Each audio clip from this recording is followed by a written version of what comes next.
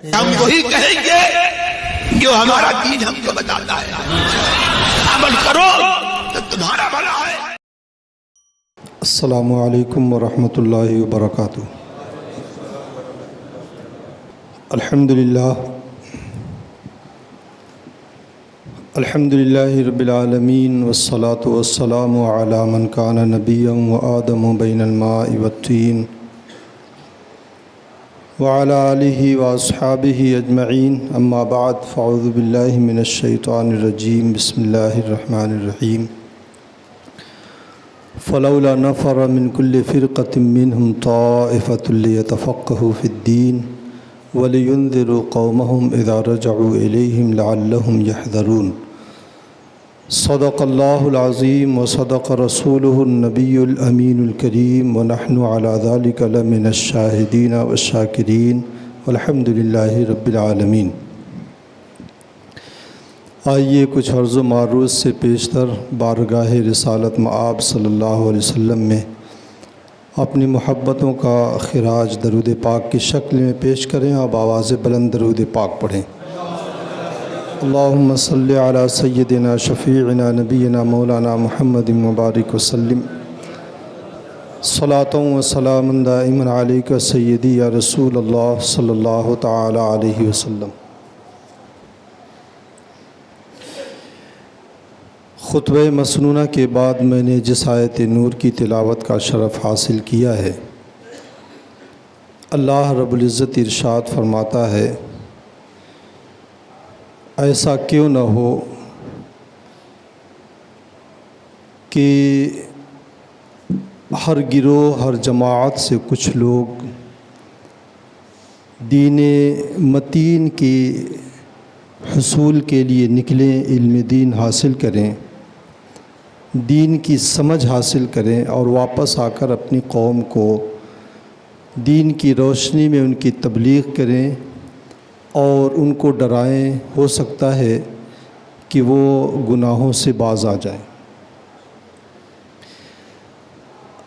آج شعبان المعظم کی 3 تاریخ ہے اور اسی مہینے کی 2 تاریخ ہمارے اور ساری کائنات کے تمام دنیا کے امام الائمہ، کاشف الغمہ، سراج الامہ سیدنا امام اعظم ابو حنیفہ نعمان ابن ثابت رضی اللہ تعالی عنہ کا یوم وصال ہے۔ انہی کی مناسبت سے آج عنوان گفتگو میں نے چنا ہے، امام اعظم رحمۃ اللہ تعالی علیہ 80 ہجری میں پیدا ہوئے، ایک قول کے مطابق 70 ہجری میں اور ایک قول کے مطابق 80 ہجری میں۔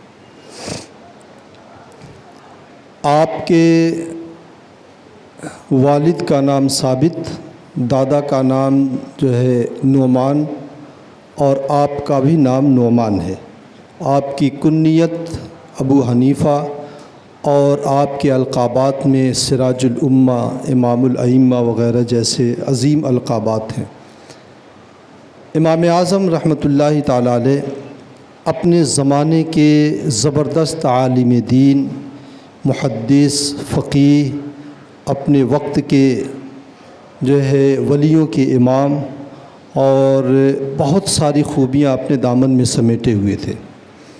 امام شافعی رحمۃ اللہ تعالی علیہ نے ان کی پوری زندگی کا خلاصہ چند لفظوں میں ذکر کر دیا ہے اور فرمایا ہے، کان عالما عاملا متعبدا کثیر الشان ورعا اماما، کہ وہ اپنے زمانے کے امام تھے، اور صرف ایسا نہیں ہے کہ امام جو ہے فقہ کے امام تھے، بلکہ فقہا کے بھی امام تھے، محدثین کے بھی امام تھے، اپنے زمانے کے امام تھے، متقی اور پرہیزگار تھے، عالم باعمل تھے، تہجد گزار اور شب بیدار تھے، اور بڑی عظمتوں اور بڑی رفعتوں کے مالک تھے۔ امام اعظم رحمۃ اللہ تعالی علیہ کے تقوی اور پرہیزگاری کا یہ عالم تھا کہ آپ کی عبادت گزاری کا یہ عالم تھا کہ 40 سال تک آپ نے عشاء کی نماز سے عشاء کے وضو سے فجر کی نماز ادا کیا، زندگی کے 30 سال ایسے گزرے ہیں کہ صرف سال میں جو 5 دن روزہ رکھنا حرام ہے اسے چھوڑ کر کے ساری زندگی 30 سال تک آپ نے روزے سے گزاری ہے۔ عبادت کا یہ عالم تھا کہ آپ کو میخ کہا جاتا ہے، کھونٹی جسے کہتے ہیں، ایک جگہ کھونٹا گاڑ دو تو کھڑا ہی رہتا ہے۔ آپ کے بغل میں، آپ کے پڑوس میں ایک یہودی تھا، آپ کے وصال کے بعد وہ کہتا تھا کہ حضرت امام اعظم کے بیٹے حضرت حماد سے اس نے کہا تھا کہ تمہاری چھت کے اوپر ایک کھونٹا تھا جو رات کو مجھے نظر آتا تھا، اب وہ کھونٹا نہیں نظر آ رہا ہے۔ تو حضرت حماد نے کہا وہ کوئی کھونٹا نہیں تھا، وہ میرے والد گرامی تھے جو پوری رات عبادت کیا کرتے تھے۔ اس قدر عبادت گزاری تھی کہ رمضان المبارک میں آپ 2 مرتبہ ایک دن میں قرآن پاک ختم کیا کرتے تھے، دن میں 1 مرتبہ اور 1 مرتبہ تراویح میں آپ پورے قرآن ختم کیا کرتے تھے۔ پورے رمضان میں 62 قرآن پاک آپ کیا کرتے تھے پورے رمضان المبارک میں۔ اور آپ کی عبادت کا یہ عالم تھا کہ حضرت مسعر ابن کدام رضی اللہ تعالیٰ عنہ جو آپ کے شاگرد ہیں اور امام بخاری رحمۃ اللہ تعالیٰ علیہ کے استاذ ہیں، حضرت مسعر ابن کدام رضی اللہ تعالیٰ عنہ فرماتے ہیں ایک دن میں نے امام اعظم ابو حنیفہ کی زندگی کی میں ٹوہ میں پڑ گیا کہ آخر یہ کیا کرتے ہیں۔ کہتے ہیں میں نے فجر کے بعد سے دیکھا مسجد میں درسگاہ لگ گئی، آپ پڑھانے لگے، اور پھر اس کے بعد جو ہے میں نے سوچا کہ اب صبح سے لے کے دوپہر تک انہوں نے پڑھایا ہے، ذہنی تھکان بدنی تھکان ہوگی، آرام کریں گے۔ عصر کے بعد بھی مجلس لگ گئی، مغرب کے بعد بھی مجلس بیٹھ گئی، عشاء کے بعد بھی محفل بیٹھ گئی، فجر سے لے کے رات تک حضرت امام اعظم رحمۃ اللہ تعالیٰ علیہ لوگوں کو پڑھاتے رہے۔ انہوں نے سوچا پورا دن پڑھایا ہے اس شخص نے، رات میں ضرور یہ آرام کریں گے۔ کہتے ہیں میں نے جب رات میں دیکھا اور جب لوگ سو گئے، آنا جانا بند ہو گیا گلیوں میں، انہوں نے اپنا بہترین اور شاندار لباس اتارا، اندر ٹاٹ کا لباس پہنا، اوپر سے عمدہ لباس پہنا، مسجد میں آ کر کے پوری رات عبادت کرتے رہے۔ فجر کی نماز انہوں نے اسی وضو سے ادا فرمائی۔ میں نے سوچا اب یہ آرام کریں گے، لیکن فجر کے بعد جب میں نے دیکھا تو گھر بھی نہیں گئے اور اسی مسجد میں آپ نے اپنی درسگاہ لگا دیا پڑھانے لگے۔ 3 دن تک کہتے ہیں میں نے یوں ہی دیکھا ہے، اور جب میں نے 3 دن کے بعد جب دیکھا تو میں نے یہ قسم کھا لیا تھا کہ اب جو ہے اس بارگاہ کو چھوڑ کر کے کہیں نہیں جاؤں گا۔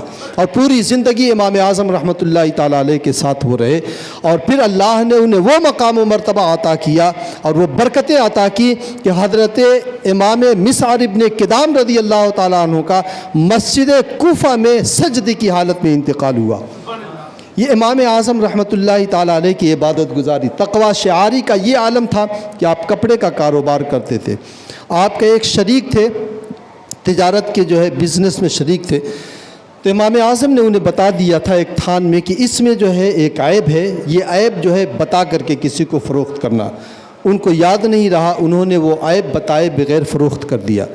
جب آئے اور دیکھا کہ وہ کپڑا موجود نہیں ہے، پوچھا یہ کپڑا کیا ہوا؟ تو انہوں نے کہا میں نے اسے فروخت کر دیا۔ کہا عیب بتایا تھا؟ کہا وہ تو میں بتانا بھول گیا۔ تو امام اعظم رحمۃ اللہ تعالیٰ علیہ نے کہا کہ اس شخص کو پہچانتے ہو؟ کہا میں اسے پہچانتا نہیں ہوں۔ امام اعظم نے کہا کتنے میں بیچا؟ کہا 30,000 درہم میں میں نے اسے بیچا ہے۔ امام اعظم رحمۃ اللہ تعالیٰ علیہ نے 30,000 درہم نکالا اور نکال کر کے غربا میں تقسیم کر دیا کہ وہ عیب تھا، اور عیب کی بنیاد پر کسی مسلمان کو دھوکے سے زیادہ رقم لینا امام اعظم رحمۃ اللہ تعالیٰ علیہ کی غیرت علمی اور غیرت دینی نے اسے گوارا نہیں کیا۔ یہ تو بہت معمولی سی بات ہے امام اعظم رحمۃ اللہ تعالیٰ علیہ کے لیے۔ آج اگر دیکھا جائے تو کسی کو عیب چھپا کر کے آدمی بیچ دیتا ہے، اور بیچنے کے بعد ساتھیوں میں فخر کرتا ہے میں نے فلاں کو آج چونا لگا دیا، آج تو میں نے بازی مار لیا ہے، آج میں نے اتنا کما لیا ہے۔ یہ مزاج ہے۔ لیکن امام اعظم رحمۃ اللہ تعالیٰ علیہ کا جو ہے مقام دیکھیں، امام اعظم رحمۃ اللہ تعالیٰ علیہ کے پاس ایک کپڑا تھا، ایک مخصوص قسم کا کپڑا، تو ان کے شریک نے یا ان کی دکان پہ جو بیٹھتا تھا اس نے فروخت کر دیا۔ امام اعظم رحمۃ اللہ تعالیٰ علیہ نے پوچھا کتنے کا فروخت کیے ہو؟ کہا 10,000 درہم کا۔ امام اعظم نے کہا کہ تم نے مہنگا فروخت کر دیا ہے، یہ 4,000 کا 1,000 درہم کا، کہا تم نے مہنگا بیچ دیا ہے، 400 درہم کا تھا، تم نے جو ہے 1,000 درہم کا بیچ دیا ہے۔ آج کتنا ایسا ہوتا ہے کہ 2 روپے کی چیز آدمی 2000 میں بیچتا ہے۔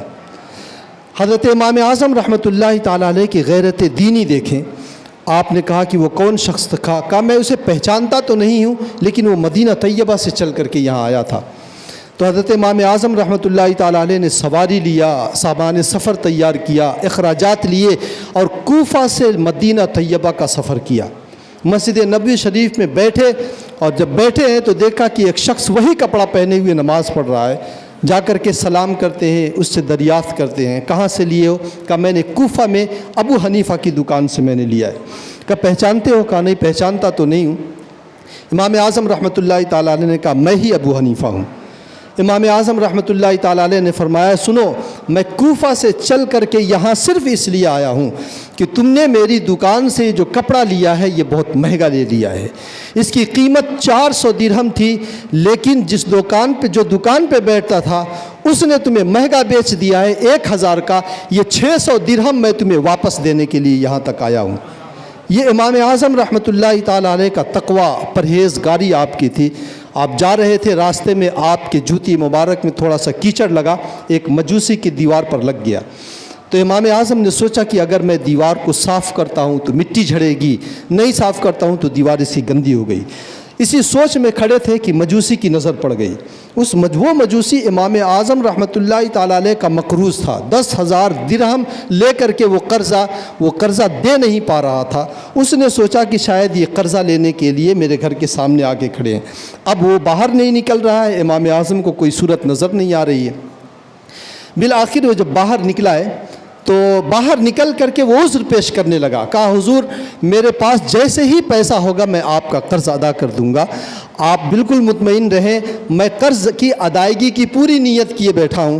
امام اعظم رحمۃ اللہ تعالیٰ علیہ نے کہا تم اسے چھوڑو، میں قرض لینے کے لیے نہیں آیا ہوں، ماجرا یہ ہے کہ میں گزر رہا تھا، میرے چپل سے کچھ کیچڑ کی چھینٹیں اٹھی ہیں جو تیرے دیوار پر لگ گئی ہیں، اگر میں اسے صاف کرتا ہوں تو تیری دیوار کو نقصان پہنچے گا، مٹیاں جھڑ جائیں گی، نہیں صاف کرتا ہوں تو میری وجہ سے تیری دیوار جو ہے گندی ہے۔ میں اس تذبذب میں یہاں پہ کھڑا ہوں کہ میں کروں تو کیا کروں۔ وہ مجوسی جو مذہب اسلام کو نہیں مانتا تھا، امام اعظم کے اس کردار کو دیکھ کر کے ہاتھ جوڑ کر کے کھڑا ہو جاتا ہے اور کہتا ہے حضور یہ دیوار کو صاف کرنا تو بعد کی بات ہے، آپ کلمہ پڑھا کر کے پہلے میرے دل کو صاف کیجئے، اور وہ کلمہ طیبہ پڑھ کر کے مسلمان ہو جاتا ہے۔ تو یہ کردار تھا امام اعظم رحمۃ اللہ تعالیٰ علیہ کا کہ کردار کو دیکھ کر کے لوگ مسلمان ہو جاتے تھے۔ امام اعظم رحمۃ اللہ تعالیٰ علیہ کو اللہ رب العزت نے بڑا کشف عطا کیا تھا، بہت صاحب کشف بزرگ تھے امام اعظم۔ کشف کا یہ عالم تھا کہ اللہ کے رسول نے فرمایا ہے کہ بندہ جب وضو کرتا ہے تو اس کے اعضائے وضو سے جو پانی جھڑتے ہیں اسی پانی کے ساتھ ساتھ اس کے گناہ بھی اس عضو کے جھڑ جاتے ہیں۔ ہاتھ سے جو گناہ کیا ہے تو ہاتھ دھلتے وقت جو ہے جو پانی ہاتھ سے جدا ہوتا ہے گناہ بھی اس کے ساتھ ساتھ جھڑ جاتا ہے، جتنے بھی گناہ صغیرہ ہوتے ہیں۔ یہ ہمیں تو نہیں نظر آتا ہے، لیکن امام اعظم رحمۃ اللہ تعالیٰ علیہ کوفہ کی جامع مسجد میں بیٹھے ہوئے تھے۔ ایک شخص نے وضو کیا، امام اعظم نے بلا کر کے کہا ماں باپ کی نافرمانی سے توبہ کر لے۔ دوسرا شخص آیا، اس سے کہا کہ تو زنا سے توبہ کر لے۔ امام اعظم رحمۃ اللہ تعالیٰ علیہ سے انہوں نے کہا کہ یہ گناہ تو ہم نے اپنے ماں باپ کی نافرمانی میں نے اپنے گھر کے اندر کی ہے، آپ کو کیسے معلوم ہوا؟ زانی نے کہا کہ میں نے یہ گناہ چھپ کر کے کیا، آپ کو کیسے معلوم ہوا؟ امام اعظم رحمۃ اللہ تعالیٰ علیہ نے فرمایا سنو، اللہ کے رسول نے فرمایا ہے بندہ جب وضو کرتا ہے اس کے اعضائے وضو سے گناہ جھڑتے ہیں۔ جب تم وضو کر رہے تھے تو میری آنکھوں نے دیکھا تھا کہ تمہارے اعضائے وضو سے جو گناہ جھڑ رہے تھے وہ ماں باپ کی نافرمانی کے گناہ تھے، جو گناہ جھڑ رہے تھے وہ زنا کے گناہ تھے۔ تو امام اعظم رحمۃ اللہ تعالیٰ علیہ کو اس قدر کشف تھا، آپ دعا کیا کرتے تھے مولا مجھ سے میرا کشف واپس لے لے کہ بندوں کے گناہوں کو میں دیکھ لیتا ہوں تو مجھے تکلیف ہوتی ہے، مجھے قلق ہوتا ہے۔ اس قدر متقی پرہیزگار صاحب نظر اور صاحب کشف بزرگ تھے۔ لیکن میرا جو عنوان گفتگو ہے وہ امام اعظم رحمۃ اللہ تعالیٰ علیہ کے علم حدیث اور علم فقہ ہے۔ گفتگو ذرا دراز ہوگی، اسی لیے میں نے ڈائریکٹ آج تقریر کا جو ہے آغاز کر دیا ہے۔ امام اعظم رحمۃ اللہ تعالیٰ علیہ کے حوالے سے موجودہ زمانے کے غیر مقلدین کہتے ہیں کہ ان کو صرف 17 حدیثیں یاد تھیں۔ یہ جو ہے ایک دم بھونڈا سا مذاق ہے. امام اعظم رحمۃ اللہ تعالیٰ علیہ کے بارے میں کریں صرف ان کو 17 حدیثیں یاد تھیں. آئیے میں آپ کو بتاؤں کہ حدیث اور فقہ میں فرق کیا ہے، اور علم حدیث اور علم فقہ میں فرق کیا ہے، اور کون اونچے مقام و مرتبے کا مالک ہے. اللہ کے رسول صلی اللہ علیہ وسلم نے فقہا کے بارے میں ایک فقہ حدیث ہوتا ہے اور ایک جو ہے حفظ حدیث ہوتا ہے. آپ نے دیکھا ہوگا چھوٹے سے بچے رہتے ہیں حافظ قرآن ہو جاتے ہیں، 10 سال کا، 12 سال کا، 15 سال کا بچہ ہوتا ہے حافظ قرآن ہو جاتا ہے. اتنا اچھا اسے یاد رہتا ہے کہ وہ الحمد شریف سے لے کے سورہ والناس تک بیٹھ کر کے سنا دے گا، لیکن شاید اس کو قرآن پاک کی کسی ایک آیت کا بھی ترجمہ معلوم ہوگا. وہ ایک آیت کا بھی ترجمہ نہیں اسے معلوم، لیکن اسے پورا قرآن یاد ہے. لیکن ایک عالم دین ہوتا ہے جسے قرآن بس مخصوص صورتیں یاد رہتی ہیں، لیکن وہ پورے قرآن کا ترجمہ بیٹھ کر کے کر سکتا ہے. اب آپ خود بیٹھ کر کے سوچیں کہ قرآن کو زیادہ اس حافظ قرآن نے سمجھا ہے یا قرآن کو زیادہ عالم دین نے سمجھا ہے؟ عالم دین نے سمجھا ہے.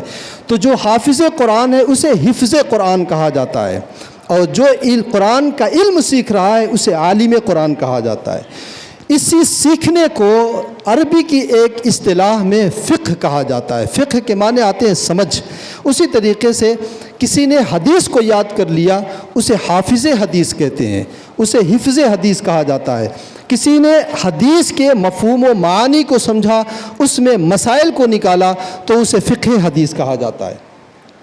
اللہ کے رسول صلی اللہ علیہ وسلم نے دونوں لوگوں کے لیے دعا کیا ہے. حافظ حدیث کے لیے کیا دعا کیا؟ نضر اللہ امرأ سمع مقالتی فوعاها حتی اداها، کہ اللہ تبارک و تعالیٰ اس شخص کے چہرے کو شاداب رکھے، خوش رکھے، جس نے میری کوئی بات یاد کیا، اسے یاد رکھی اور پھر دوسروں تک پہنچا دیا. اور دوسری ایک روایت میں اللہ کے رسول صلی اللہ علیہ وسلم نے فقہا کے لیے یہ دعا کیا کہ من یرد اللہ بہ خیرا یفقہہ فی الدین، اللہ تعالیٰ جس کے ساتھ بھلائی کا ارادہ فرماتا ہے اسے دین کی سمجھ عطا کر دیتا ہے، دین کا فقہ عطا کر دیا کرتا ہے. اب اس کو فرق کو آپ اس طرح دیکھیں. حضرت عبداللہ ابن عباس رضی اللہ تعالیٰ عنہ جو ترجمان قرآن کہے جاتے ہیں، یہ نماز پڑھ رہے تھے. ان کے 8-10 شاگرد تھے جس میں صحابہ بھی تھے اور تابعین بھی تھے، اور سب اپنے زمانے کے زبردست محدث تھے. اتنی حدیثیں انہیں یاد تھیں کہ لوگ ان کو اپنا مرجع سمجھتے تھے. لیکن حضرت عبداللہ ابن عباس رضی اللہ تعالیٰ عنہ نماز پڑھ رہے تھے. ایک شخص آیا اور اس نے کہا، مسئلہ پوچھا. وہ مسئلہ یہ پوچھا کہ میں جب پیشاب کرتا ہوں تو پیشاب کے بعد ایک مادہ نکلتا ہے جو منی کی طرح کا ہوتا ہے، جسے مزی کہا جاتا ہے. یہ جو ہے عموماً بیماریوں کی وجہ سے ہوتا ہے. تو اس نے یہ کہا کہ یہ مادہ نکلتا ہے تو کیا اس کی وجہ سے غسل واجب ہوگا؟ تو ان تمام 8-10 لوگوں نے کہہ دیا ہاں غسل واجب ہوگا. کہا اگر غسل کیے بغیر نماز پڑھ لی تو کا نماز کا دہرانا ضروری ہے. تو اس نے انا للہ و انا الیہ راجعون پڑھا اور چلا گیا، یعنی افسوس کیا کہ میری اتنی نمازیں خراب ہو گئیں. اتنے میں حضرت عبداللہ ابن عباس رضی اللہ تعالیٰ عنہ نماز سے فارغ ہو گئے، اور نماز سے فارغ ہوتے ہی اس کو واپس بلوایا اور بلا کر کے کہا اور اس سے کچھ باتیں پوچھی. اور پوچھنے کے بعد حضرت عبداللہ ابن عباس نے کہا جا تیری نماز ہو گئی ہے، وہاں غسل کی ضرورت نہیں ہے، وضو سے کام چل جائے گا. دیکھیں حدیث ان تمام لوگوں کے پاس تھی، لیکن ان حدیث سے جو اصل مسئلہ نکالا ہے وہ حضرت عبداللہ ابن عباس رضی اللہ تعالیٰ عنہ نے نکالا ہے. تو یہ فقیہ اور محدث میں فرق ہوا کرتا ہے. حضرت امام اعمش رحمۃ اللہ تعالیٰ علیہ امام بخاری کے شیوخ میں آتے ہیں. امام اعمش رحمۃ اللہ تعالیٰ علیہ، اور امام اعمش رحمۃ اللہ تعالیٰ علیہ امام اعظم کے بھی شاگرد ہیں، امام اعظم کے بھی استاذ ہیں. امام اعظم ان سے حدیث پڑھا کرتے تھے. امام اعمش کے پاس ایک عورت آئی اور اس نے کچھ سوالات کیے، یا کوئی شخص آیا اور اس نے کچھ سوالات کیے. سارے مسائل کے جواب میں انہوں نے کہا مجھے معلوم نہیں. امام اعظم وہیں بیٹھے ہوئے تھے. امام اعظم سے انہوں نے کہا کہ ابو حنیفہ تم بتاؤ ان کے بارے میں کیا کہتے ہو. امام اعظم رحمۃ اللہ تعالیٰ علیہ نے وہ پرچی ہاتھ میں لیا اور سارے سوالوں کا جواب دے دیا. اس سوال کا جواب یہ ہے، اس مسئلے کا جواب یہ ہے، اس سوال کا جواب یہ ہے. تو امام اعمش کو بڑا تعجب ہوا اور پوچھتے ہیں کہ انا لک ھذا، یہ تم نے کہاں سے حاصل کیا ہے؟ تو امام اعمش رحمۃ اللہ، دیکھیں امام اعمش کے پاس بھی حدیثیں تھیں، امام اعمش کے پاس بھی حدیثیں تھیں، لیکن مسائل کا جواب امام اعمش نہیں دے سکے تھے۔ حضرت امام اعمش رحمۃ اللہ تعالیٰ علیہ کے ایک واقعہ میں نے پڑھا ہے، فرماتے ہیں میں نے جب علم حدیث بھرپور طور پر حاصل کر لیا تو میں نے سوچا کہ اب مسجد میں اپنی درسگاہ لگاؤں۔ کہتے ہیں میں نے جیسی درسگاہ لگایا، پہلے ہی دن پہلی مرتبہ پہلا شخص میرے پاس ایسا سوال لے کر کے آیا، میں جواب دے ہی نہیں پایا، تو میں نے اپنی درسگاہ اٹھائی وہاں سے اور پھر علم حدیث سیکھنے لگا۔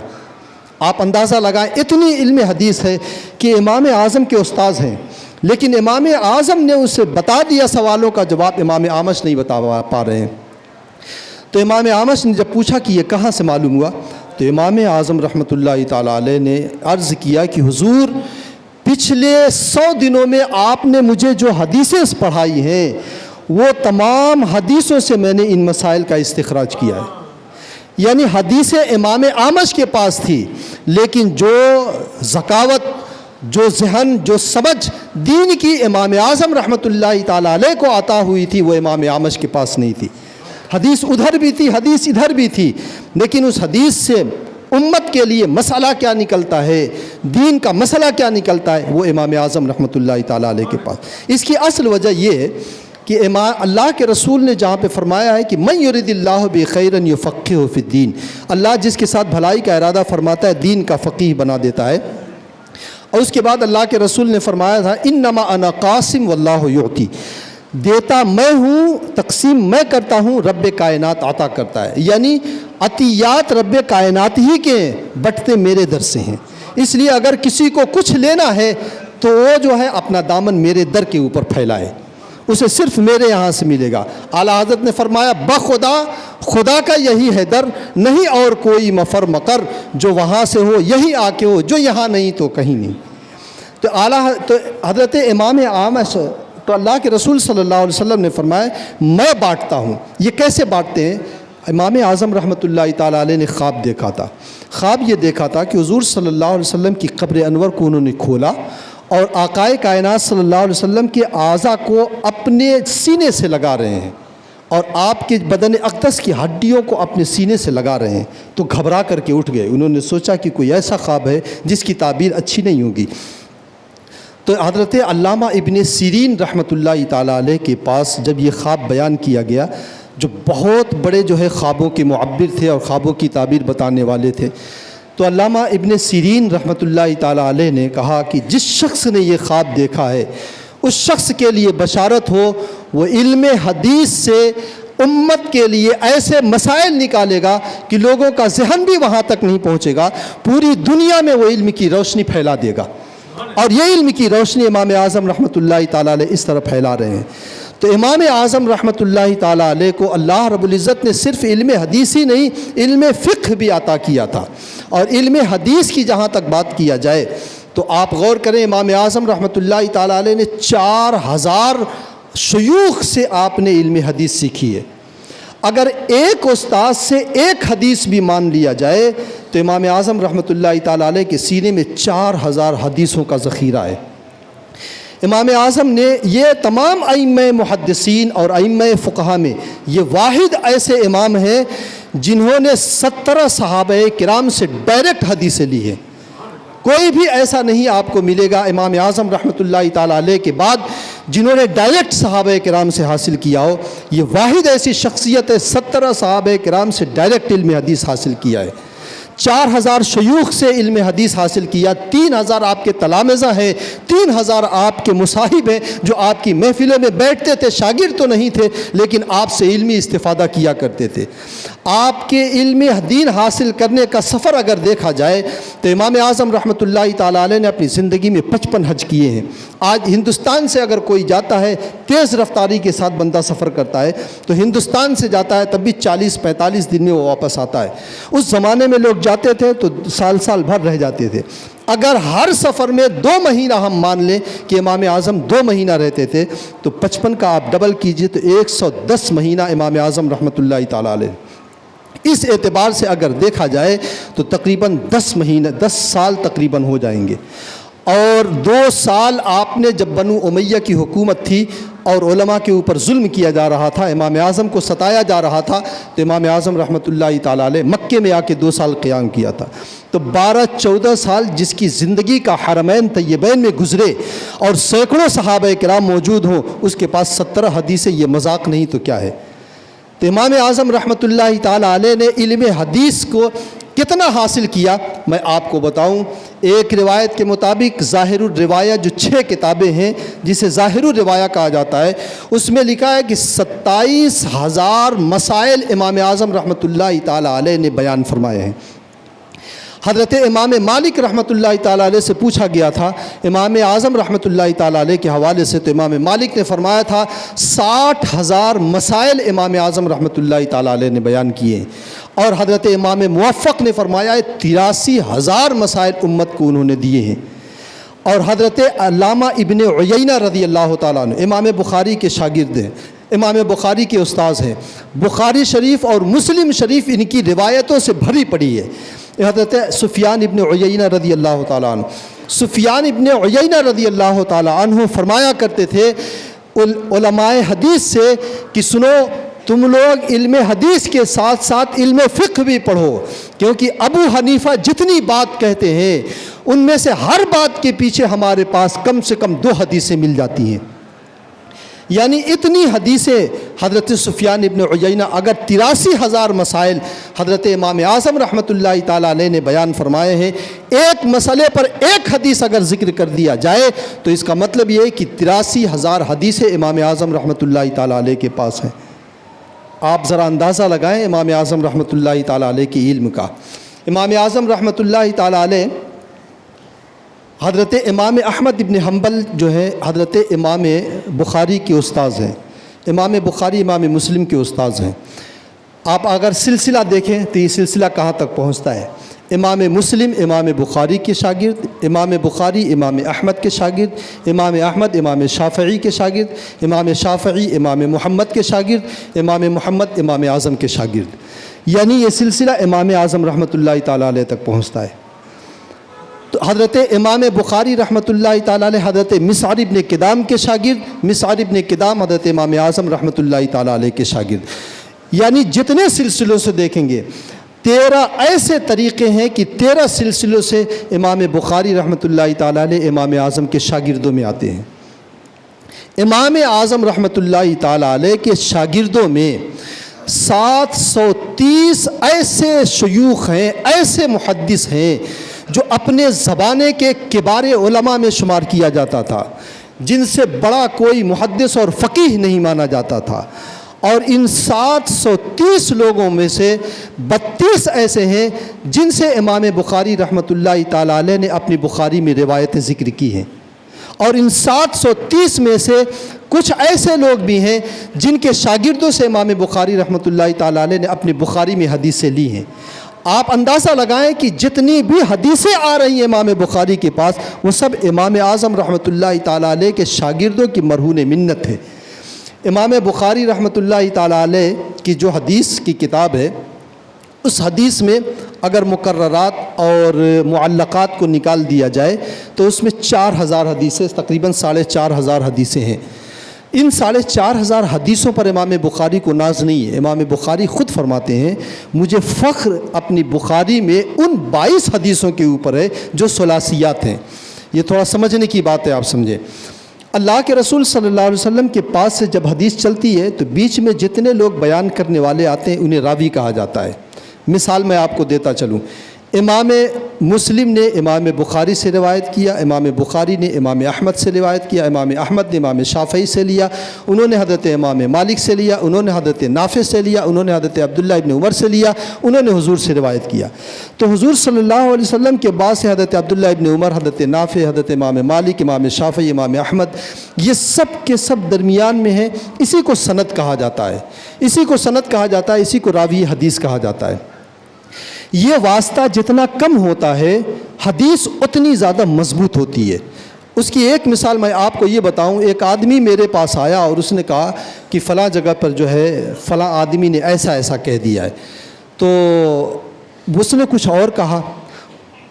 یا ایک کسی جگہ پہ دو آدمی کے درمیان جھگڑا ہوا، اس میں بات بڑھ گئی، ایک شخص نے کسی کو کچھ کہہ دیا، وہاں سے وہ بات چلی، ایک آدمی نے کہا وہاں جھگڑا ہو گیا، اس نے اس کو گالی دے دیا، حالانکہ گالی نہیں دیا تھا لیکن اس نے اس کو گالی، کسی نے کہا اس نے اس کو برا بھلا کہہ دیا، اس نے سن کر کے جا کے کہا اس نے اس کو گالی دے دیا، اس نے اس سے جا کے کہا، تو جتنے واسطے بڑھتے رہیں گے بات میں تبدیلی کا امکان اور غلطیوں کا امکان بڑھتا رہے گا، اور واسطہ جتنا کم رہے گا بات اتنی سچائی کے ساتھ ہم تک پہنچے گی۔ امام اعظم رحمۃ اللہ تعالی، امام بخاری رحمۃ اللہ تعالی علیہ کی بخاری میں 4,500 حدیثوں میں 22 ایسی حدیثیں جو ثلاثیات ہیں، یعنی امام بخاری اور سرور کائنات کے درمیان صرف 3 راوی ہیں۔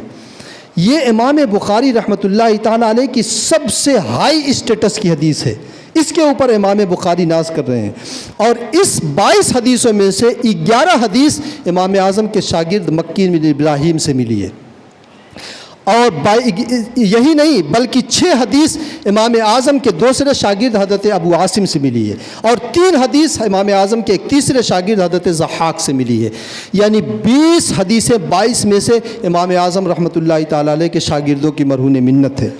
جب امام بخاری رحمۃ اللہ تعالیٰ علیہ 22 ثلاثیات کے اوپر فخر کر سکتے ہیں، تو آئیے میں آپ کو بتاؤں امام اعظم رحمۃ اللہ تعالیٰ علیہ کی 6 ایسی حدیثیں ہیں جو انہوں نے ڈائریکٹ صحابی سے لیا ہے، یعنی اللہ کے رسول اور امام اعظم کے درمیان صرف ایک راوی ہے، اور امام اعظم رحمۃ اللہ تعالیٰ علیہ کی 600 ایسی حدیثیں ہیں جس میں امام اعظم اور سرور کائنات کے درمیان صرف 2 راوی ہیں۔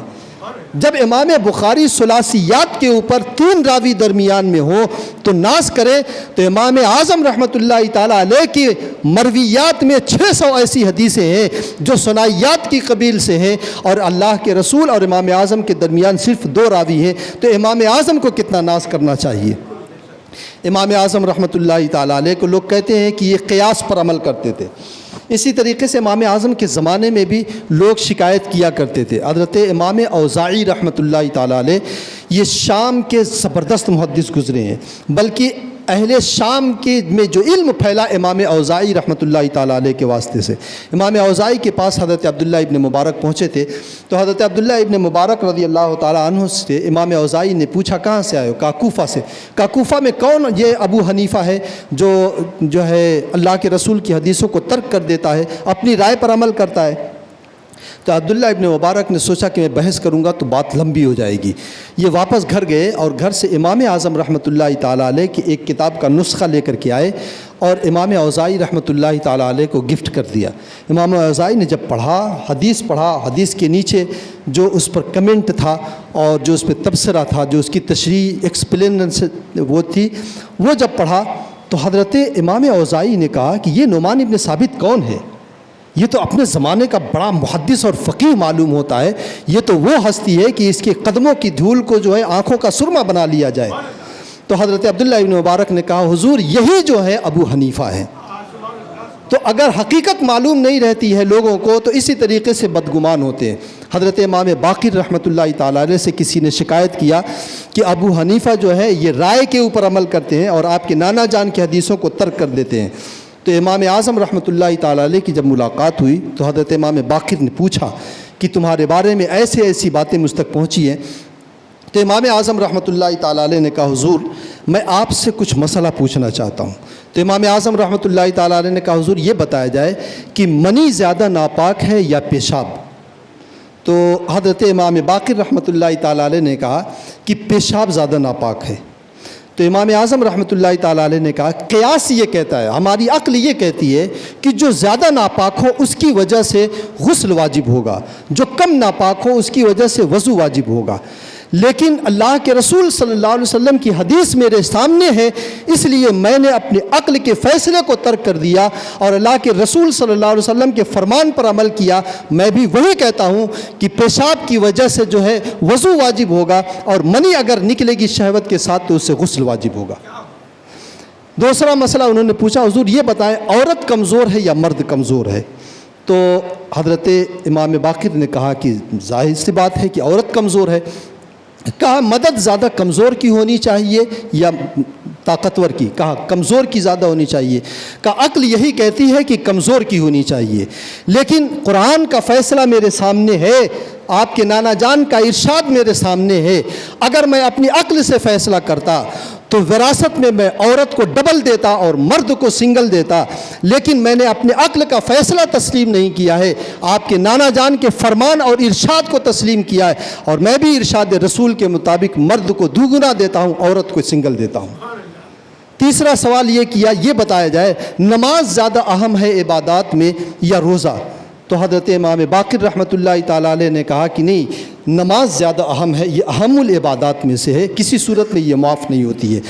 تو امام اعظم رحمۃ اللہ تعالیٰ علیہ نے کہا میری عقل بھی یہی کہتی ہے کہ نماز زیادہ اہم ہے، اس لیے اسے معاف نہ کیا جائے. لیکن اللہ کے رسول صلی اللہ علیہ وسلم کا ارشاد میرے سامنے ہے. اللہ کے رسول صلی اللہ علیہ وسلم نے فرمایا ہے کہ حیض کی حالت میں عورت کے اوپر سے نماز معاف ہو جاتی ہے لیکن روزہ معاف نہیں ہوتا ہے. میں بھی یہی فیصلہ دیتا ہوں کہ حیض کی حالت میں، ایام حیض میں عورت سے نماز معاف ہے لیکن روزہ معاف نہیں ہے، روزے کی قضا اسے کرنی ہوگی. تو آپ سوچیں امام اعظم رحمۃ اللہ تعالیٰ علیہ، حضرت عبداللہ ابن مبارک اور حضرت سفیان ثوری رضی اللہ تعالیٰ عنہ، یہ دو ایسے لوگ ہیں جنہیں امیر المومنین فی الحدیث کہا جاتا ہے. امیر المومنین فی الحدیث کا مطلب یہ ہوتا ہے روئے زمین پر جتنی حدیث ہے ساری حدیثیں انہیں یاد ہیں، یہ امیر المومنین فی الحدیث. لیکن حضرت عبداللہ ابن مبارک فرماتے ہیں میں جب امام اعظم کے درسگاہ میں بیٹھتا تھا تو ان کے سامنے میں اپنے آپ کو ایک بچہ سمجھتا تھا، اتنا علم امام اعظم رحمۃ اللہ تعالیٰ علیہ کے پاس تھا. حضرت سفیان ثوری کہتے ہیں تم امام اعظم کے لوگوں سے خطاب کر کے کہا تھا تم امام اعظم کے جلالت علمی کا انکار کرتے ہو، ان کی عظمت و رفعت کا انکار کرتے ہو. سنو، امام اعظم کی مخالفت وہی کر سکتا ہے جو علم میں ان سے بڑھ کر کے ہو، لیکن میں قسم کھا کے کہتا ہوں روئے زمین پر ان سے بڑھ کر کے کوئی عالم موجود نہیں ہے. یہ حضرت امام احمد ابن حنبل علیل تھے. تو کچھ لوگ جو ہے عیادت کے لیے گئے تو حضرت طہمان بن ابراہیم رحمۃ اللہ تعالیٰ علیہ کا ذکر چھڑا، تو وہ تکیے سے ٹیک لگا کر کے بیٹھے ہوئے تھے. تو جب حضرت طہمان بن ابراہیم کا جو ہے نام آیا تو حضرت امام احمد ابن حنبل اٹھ کے کھڑے ہو گئے، بیٹھ گئے ایک دم. تو لوگوں نے کہا حضور آپ آرام کریں، آپ بیٹھ کے گئے. کہا اتنے بڑے محدث اور فقیہ کا نام آیا اور میں بیٹھا رہوں اور میں اس طریقے سے ٹیک لگا کے بیٹھا رہوں، یہ ادب کے خلاف ہے. تو حضرت طہمان ابن ابراہیم کا یہ حال ہے کہ امام احمد ابن حنبل نام سن کر کے تکیے کا ٹیک چھوڑ دے، اور حضرت طہمان ابن ابراہیم کہتے ہیں روئے زمین پر ابو حنیفہ سے بڑھ کر کے کوئی عالم میں نے دیکھا نہیں ہے. حضرت امام مالک نے فرمایا تھا، امام شافعی نے پوچھا تھا حضرت امام اعظم کے بارے میں کہ وہ کیسے تھے، تو امام مالک نے کہا سبحان اللہ لم ارى مثلہ، میں نے ان کے جیسا دیکھا نہیں ہے. امام مالک رحمۃ اللہ تعالیٰ علیہ فرماتے ہیں مدینہ طیبہ میں ایک بہت بڑے محدث سے امام اعظم کا مناظرہ ہو رہا تھا.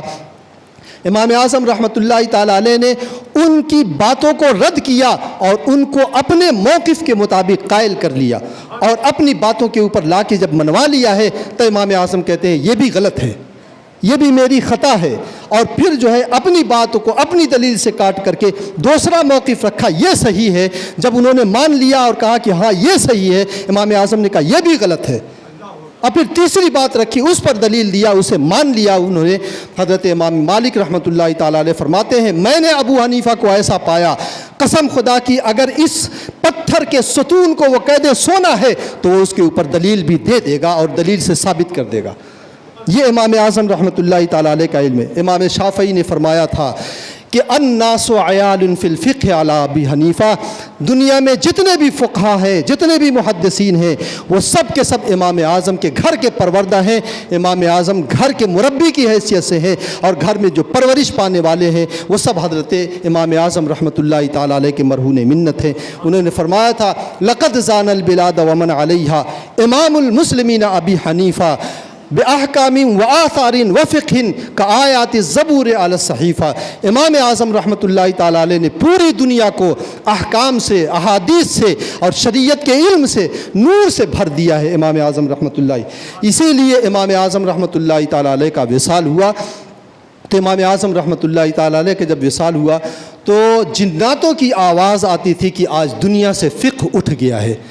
تو امام اعظم رحمۃ اللہ تعالیٰ علیہ کا مقام بڑا بلند ہے، اس لیے امام اعظم رحمۃ اللہ علیہ تعالیٰ علیہ کی تعلیمات پر مضبوطی سے قائم رہیں۔ اللہ تعالیٰ ان کے مرقد کے اوپر رحمت و انوار کی بارش نازل فرمائے۔ وآخر دعوانا الحمد للہ رب العالمین۔